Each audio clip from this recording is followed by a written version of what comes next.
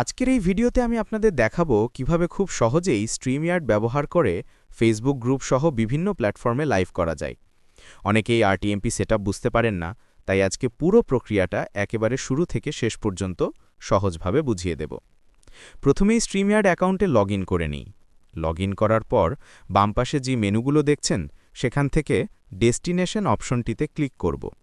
এখান থেকে আমরা আদার প্ল্যাটফর্মস নির্বাচন করব, যেহেতু আমরা আরটিএমপি ব্যবহার করে ফেসবুক গ্রুপে লাইভ করব।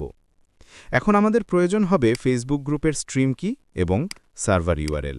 এজন্য আমরা যে গ্রুপে লাইভ করতে চাই সেখানে ঢুকে লাইভ ভিডিও অপশনে ক্লিক করব। এরপর নিচে গো লাইভ দেখতে পাবেন, সেখানে ক্লিক করব। এখন এখানে সফটওয়্যার স্ট্রিমিং নামের অপশনে ক্লিক করব, আর এখান থেকেই আমরা স্ট্রিম কি কপি করে নেব। এবার কপি করা স্ট্রিম কিটি স্ট্রিমইয়ার্ডে এসে ঠিকমতো বসিয়ে দেব।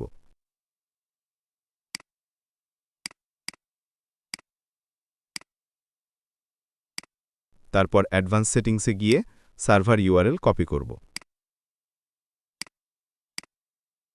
এবার কপি করা সার্ভার ইউআরএলটি স্ট্রিমইয়ার্ডে এসে ঠিকমতো বসিয়ে দেব। সবকিছু ঠিকঠাক হলে লাইভের একটি নিকনেম দিতে বলবে।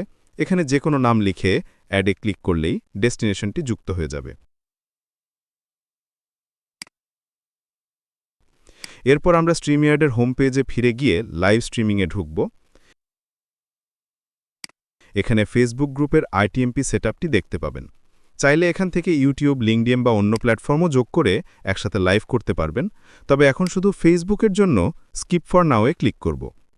এখন লাইভ ভিডিওর একটি সুন্দর টাইটেল দিয়ে ক্রিয়েট লাইভ স্ট্রিমে ক্লিক করলেই আমরা লাইভ সেটআপ পেজে চলে আসব। আপনি লোগো যোগ করা, অ্যানিমেশন, ওভারলে অনেক কাস্টমাইজেশন অপশন পাবেন। ইচ্ছে হলে এখান থেকে আপনার ব্র্যান্ডিং আরও সুন্দরভাবে সেট করতে পারেন।